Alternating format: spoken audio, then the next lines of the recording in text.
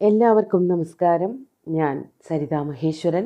ഇന്ന് ശ്രീകൃഷ്ണവിലാസ മഹാകാവ്യത്തിൻ്റെ 9ാമത്തെ സർഗം നമ്മൾ ആരംഭിക്കുകയാണ്. കംസവധമൊക്കെ കഴിഞ്ഞിട്ടുള്ളതായ ബാക്കി ഭാഗങ്ങളാണ് ഇവിടെ വർണ്ണിക്കുന്നത്. പ്രധാനമായിട്ടും ശിശുപാലവധത്തിലാണ് കൊണ്ടെത്തിക്കുന്നതെങ്കിലും വിദ്യാഭ്യാസത്തിനെ പറ്റിയിട്ടൊക്കെ ഇതിൽ വർണ്ണിക്കുന്നുണ്ട്. വളരെ ചുരുക്കിയിട്ടാണെങ്കിലും അതൊക്കെ പറയുന്നുണ്ട്. അപ്പോൾ ആദ്യം തന്നെ മധുരയിൽ വന്നിട്ട് ഒരു പരിചയക്കേടുണ്ടല്ലോ. ഇത്രയും കാലം നന്ദഗോപരുടെയും യശോദയുടെയൊക്കെ കൂടെ ഈ ഗോപബാലകന്മാരോടൊക്കെ കൂടിയിട്ട് കാട്ടിലലഞ്ഞ ആ ബാലകന് ഈ വലിയൊരു നഗരത്തിൽ വന്നപ്പോൾ തോന്നിയതായിട്ടുള്ള ചില ആശങ്കകൾ, അതിനെയൊക്കെ സുകുമാരകവി വളരെ ഭംഗിയായിട്ട് വർണ്ണിക്കുന്നുണ്ട്. അതായത് ശ്രീകൃഷ്ണൻ്റെ മാത്രമല്ല ആശങ്കകൾ അല്ലെങ്കിൽ വിഷമം നന്ദഗോപർക്കുണ്ടായിരുന്നു. അതെല്ലാം വിസ്തരിച്ച് ഇവിടെ കവി പറയുന്നുണ്ട്. ആദ്യത്തെ ഒരു ഭാഗം മുഴുവനും, ഈ 9ാമത്തെ സർഗത്തിലെ ആദ്യ ഭാഗം മുഴുവനും കുറേയൊക്കെ ഈ വിഷയങ്ങളാണ് പറയണത്. അതിൽ വസുദേവന് നല്ലവണ്ണം ഇടപെട്ടതായിട്ടൊക്കെ കാണാൻ പറ്റും. നമുക്കാദ്യം 1ാമത്തെയും 2ാമത്തെയും ശ്ലോകം ഇന്ന് നോക്കാം. ഈ ശ്ലോകങ്ങളിൽ, ഈ സർഗത്തിൽ ധാരാളമായിട്ട് ഇന്ദ്രവജ്ര, ഉപേന്ദ്രവജ്ര, ഉപജാതി വൃത്തങ്ങൾ കാണാനുണ്ട്. ഇന്ന് നമ്മൾ ചൊല്ലാൻ പോണ 2 ശ്ലോകങ്ങളിൽ ആദ്യത്തേതിൽ ഉപജാതിയും പിന്നത്തേതിൽ ഇന്ദ്രവജ്ര വൃത്തവുമാണുള്ളത്. നമുക്കാദ്യം 1ാമത്തെ ശ്ലോകം നോക്കാം. സരിത്സുരാണാമിവ സന്നിഷേവ്യ വിചക്ഷണ വിശ്വമലാപഹാരേ അധാനശേ കൗതുകമാവഹന്തി ജഗത്രയം ജന്മകഥാ മുരാരേ. നമുക്കാദ്യം ശ്ലോകത്തിൻ്റെ പദച്ഛേദം പറയാം. സരിത് സുരാണാം ഇവ സന്നിഷേവ്യ വിചക്ഷണ വിശ്വമലാപഹാരേ അധ ആനശേ കൗതുകം ആവഹന്തി ജഗത്രയം ജന്മകഥ മുരാരേ. അതായത് ശ്രീകൃഷ്ണൻ്റെ കഥ ഏതാണ്ട് ലോകം മുഴുവനും വ്യാപിച്ചു തുടങ്ങി എന്നാണ് കവി പറയണത് ഇവിടെ. കംസവധം കൂടി കഴിഞ്ഞതിന് ശേഷം ആരാണ് ഇങ്ങനൊരു ബാലകൻ എന്നുള്ളതും എന്തൊക്കെയാണ് ആ ബാലകൻ ചെയ്തുകൊണ്ടിരിക്കുന്നത് എന്നുള്ളതും പതുക്കെ പതുക്കെ വ്യാപിക്കാൻ തുടങ്ങി. അതിനൊരു ഉപമാലങ്കാരം കൂടി കൂട്ടിച്ചേർത്തുകൊണ്ട് ഇവിടെ പറയുകയാണ്. നമുക്ക് അന്വയത്തിൽ കൂടെ കഥ പറയാം. അഥ വിശ്വമലാപഹാരേ വിചക്ഷണ സുരാണാം സരിത് ഇവ.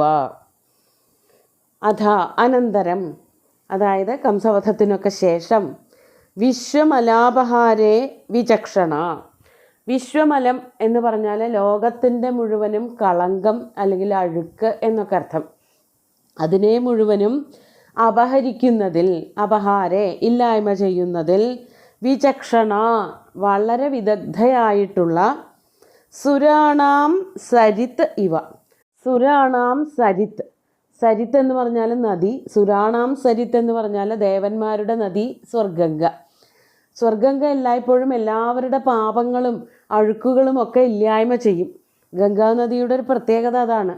വിശുദ്ധി ഉണ്ടാക്കുകയാണ് ചെയ്യുക ഗംഗാനദി. അതുകൊണ്ടാണ് അതിൽ കൊണ്ട് എല്ലാവരും നമ്മുടെ ശരീരത്തിൻ്റെ മലങ്ങളായാലും മനസ്സിൻ്റെ മലങ്ങളായാലും ഒക്കെ കഴുകിക്കളയുന്നതിന്, അതുപോലെ മരണാനന്തരം ആ ആൾക്ക് സ്വർഗം കിട്ടുന്നതിനൊക്കെ ഈ ഗംഗാതീരത്ത് അല്ലെങ്കിൽ ഗംഗാനദിയിൽ തർപ്പണം ചെയ്താൽ മതി, ഗംഗയിൽ കുളിച്ചാൽ മതി എന്നുള്ളത് കൊണ്ടൊക്കെയാണ്, ഗംഗ എല്ലാവരെയും സ്വർഗത്തിലേക്ക് കൊണ്ടുപോകുന്നു എന്നുള്ളത് കൊണ്ടൊക്കെയാണ് എല്ലാം കൊണ്ട് ഗംഗയിൽ സമർപ്പിക്കുന്നത്. അതാണിവിടെ പറയണത്. വിശ്വത്തിൻ്റെ മുഴുവനും മലങ്ങളെ, അഴുക്കുകളെ, കളങ്കങ്ങളെ ഇല്ലായ്മ ചെയ്യുന്ന, സ്വർഗത്തിൽ നിന്ന് ഉദ്ഭവിച്ചൊഴുകുന്നവളായ ഗംഗാനദി എന്നതുപോലെ സുരാണാം സരിത് ഇവ സന്നിഷേവ്യ കൗതുകം ആവഹന്തി. ആ സ്വർഗംഗയെ എപ്രകാരമാണോ എല്ലാവരും നിഷേവനം ചെയ്യുന്നത് അല്ലെങ്കിൽ ആരാധിക്കുന്നത്, അതിനെ സമീപിക്കുന്നത്, അതാണ് സന്നിഷേവ്യ. സ്വർഗംഗയെ എങ്ങനെയാണോ ആരാധിക്കുന്നത്, പൂജിക്കുന്നത്, അതുപോലെ ആയിത്തീർന്നു ഭഗവാന്റെ കഥകൾ. അതാണ് കൗതുകം ആവഹന്തി മുരാരേഹെ ജന്മകഥ.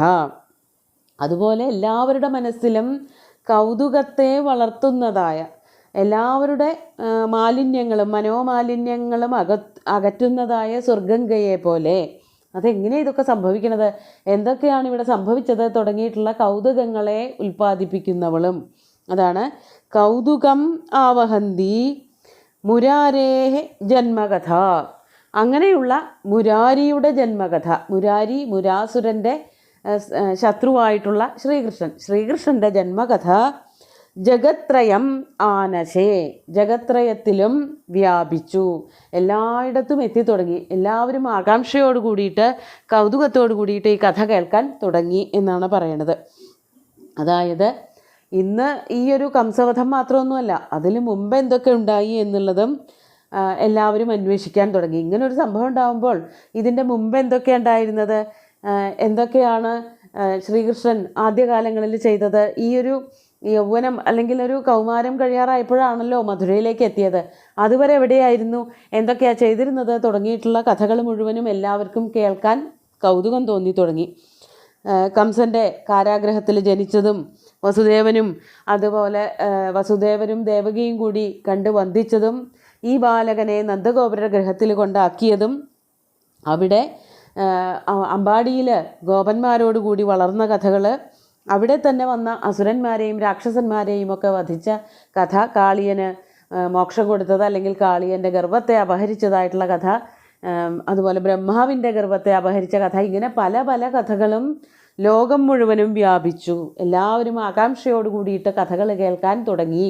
ആ കഥകൾ കേൾക്കണോട് കൂടിയിട്ട് കേൾക്കുന്നവരുടെ മാലിന്യങ്ങൾ, കളങ്കങ്ങൾ, അവരുടെ അപകീർത്തികളെല്ലാം ഇല്ലാതെയാവുകയും ചെയ്തു എന്നാണ് ഇവിടെ കവി നമുക്ക് പറഞ്ഞു തരുന്നത്. അതുകൊണ്ട് ഭഗവത് കഥകൾ, ഇതിൻ്റെ അർത്ഥം ഇതാണ്, ഭഗവത് കഥകൾ പാരായണം ചെയ്തോളൂ, പഠിച്ചോളൂ, മനസ്സിരുത്തി വായിച്ചോളൂ, നമ്മുടെ മാലിന്യങ്ങൾ മുഴുവനും അതിൽ ഒഴുകിപ്പൊക്കോളും. എല്ലാ ചീത്തത്വങ്ങളും ഭഗവത് കഥകളിൽ ഒഴുകിപ്പൊക്കോളും. ഗംഗ എങ്ങനെയാണോ എല്ലാവരെയും പരിശുദ്ധരാക്കുന്നത്, അതുപോലെ ഭഗവത് കഥകൾ എല്ലാവരെയും പരിശുദ്ധിയിലേക്ക് നയിക്കുന്നു എന്നർത്ഥം. എന്നിട്ട് അങ്ങനെ ആ കഥ വ്യാപിക്കാൻ തുടങ്ങി എന്ന് പറഞ്ഞിട്ട് ആ കംസൻ്റെ കഥയിൽ നിന്നുള്ളൊരു തുടർച്ച വരുത്തിയതാണ് ആദ്യത്തെ ശ്ലോകത്തിൽ. ഇനി രണ്ടാമത്തെ ശ്ലോകത്തിൽ എന്താ പറയണതെന്ന് നോക്കാം. കഴിഞ്ഞ സർഗത്തിൽ പറഞ്ഞു നിർത്തിയത് തന്നെ ഒന്നുകൂടി ആവർത്തിക്കുകയാണ്. ശ്ലോകം നോക്കൂ. ഹത്വാപി കംസം കമലാസഹായോ ദൃഷ്ട്വാ വിമുക്തൗ പിതരൗ നിരോധാത് ന്യസ്യാഭിരാജ്യശ്രിയമുഗ്രസേനേ നാഗാത് സുഖം നന്ദവിഷാദശങ്കീ. ആദ്യം പദച്ഛേദം പറയാം. ഹത്വാ അഭി കംസം കമലാസഹായ ദൃഷ്ട്വാ വിമുക്തൗ പിതരൗ നിരോധാത് ന്യസ്യ അഭി രാജ്യശ്രിയം ഉഗ്രസേനേ ന അഗാത് സുഖം നന്ദവിഷാദശങ്കീ. ഇവിടെ ശ്രീകൃഷ്ണൻ ചെയ്തതായ ഓരോ പ്രവൃത്തികൾ കഴിഞ്ഞ സർഗത്തിൻ്റെ അവസാനത്തിൽ പറഞ്ഞതാണെങ്കിലും ഒന്നും കൂടിയും ആവർത്തിച്ച് പറഞ്ഞിട്ട് വേറൊരു കാര്യം കൂടി പറയുകയാണ് ചെയ്യണത്. ഇതിൻ്റെ അന്വയം ഇങ്ങനെയാണ് വരണത്. കമലാസഹായ കംസം ഹത്വാ അഭി. അഭി എന്ന് പറഞ്ഞാൽ അങ്ങനെയൊക്കെ ചെയ്തിട്ടും ഇങ്ങനെയൊക്കെ ചെയ്തിട്ടും എന്ന് പറഞ്ഞിട്ട് വേറൊരു കാര്യത്തിലേക്കാണ് അത് പോണത്. അപ്പോൾ ആദ്യം തന്നെ പറയാണ് കമലാസഹായൻ ആയിട്ടുള്ള, കമലയുടെ സഹായം ലഭിച്ചവനായ ശ്രീകൃഷ്ണൻ. അതെന്തിനാണ് അങ്ങനെ പറയണത് എന്നുള്ളത് അർത്ഥം നോക്കുമ്പോൾ പറയാൻ പറ്റും. കമലയുടെ സഹായത്തോട് കൂടിയിട്ടാണ് ശ്രീകൃഷ്ണൻ കംസനെ വധിച്ചത്. കംസനെ വധിച്ചതോട് കൂടിയിട്ട് രാജ്യ അധികാരം മുഴുവനും ശ്രീകൃഷ്ണന് കിട്ടുകയാണ് ചെയ്തത്. പക്ഷേ ശ്രീകൃഷ്ണൻ അത് സ്വീകരിച്ചില്ല, ഉഗ്രസേനനാണ് കൊടുത്തത്. എന്നിട്ടും അപ്പോൾ അതാണ് കമലാസഹായം ഉണ്ടായി എന്ന് പറയുന്നത്. ലക്ഷ്മി ശ്രീകൃഷ്ണൻ്റെ ഭാഗത്തേക്ക് വന്നു. അല്ലെങ്കിലും ലക്ഷ്മി എപ്പോഴും വിഷ്ണുവിൻ്റെ കൂടെ ഉണ്ടാവുള്ളൂ. അപ്പോൾ ശ്രീകൃഷ്ണൻ മധുരയിലേക്ക് പോയപ്പോൾ കംസവധത്തോട് കൂടിയിട്ട് ലക്ഷ്മി തൻ്റേത് തന്നെയാണ് എന്ന് ഒന്നുകൂടി ഉറപ്പിച്ചു. രാജ്യലക്ഷ്മി തൻ്റേതായി കൂടി തീർന്നു. അതാണ് കമലാസഹായ കംസം ഹത്വാ അഭി. അങ്ങനെ കംസനെ വധിച്ചിട്ടും.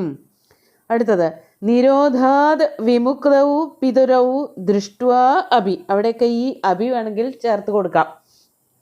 നിരോധാത്, നിരോധത്തിൽ നിന്ന്, ബന്ധനത്തിൽ നിന്ന്, വിമുക്തൗ പിതരോ, മോചിപ്പിച്ചവരായ അച്ഛനമ്മമാരെ, ദ്വിതീയ ബഹുവചനം, ദൃഷ്ട്വാ അഭി, കണ്ടിട്ടും.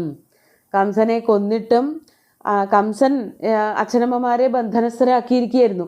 അവിടെ നിന്ന് മോചിപ്പിച്ചു കൊണ്ടുവന്നു, അച്ഛനമ്മമാരെ കണ്ടു. എന്നിട്ടും പിന്നെന്താണ്, ഉഗ്രസേനേ രാജ്യശ്രിയം ന്യസ്യ അഭി. അതിനുശേഷം രാജ്യത്തിൻ്റെ ഭാരം അല്ലെങ്കിൽ മഹാരാജാവ് എന്നുള്ള സ്ഥാനം കൊടുത്തത് മുത്തശ്ശനായിരുന്നു, അതായത് ഉഗ്രസേനന്. ഉഗ്രസേന മഹാരാജാവിനെ ആ മധുരാപുരിയുടെ രാജാവാക്കി വാഴിച്ചിട്ടും അതാണ് രാജ്യശ്രിയം ഉഗ്രസേനെ ന്യസ്യ അഭി. അപ്പോൾ അവിടെയൊക്കെ അഭി ചേർത്തു. അങ്ങനെയൊക്കെ ആയിട്ടും എന്തുണ്ടായില്ല എന്നാണ് പറയാൻ പോണത്. നന്ദവിഷാദശങ്കി സുഖം ന അഗാത്.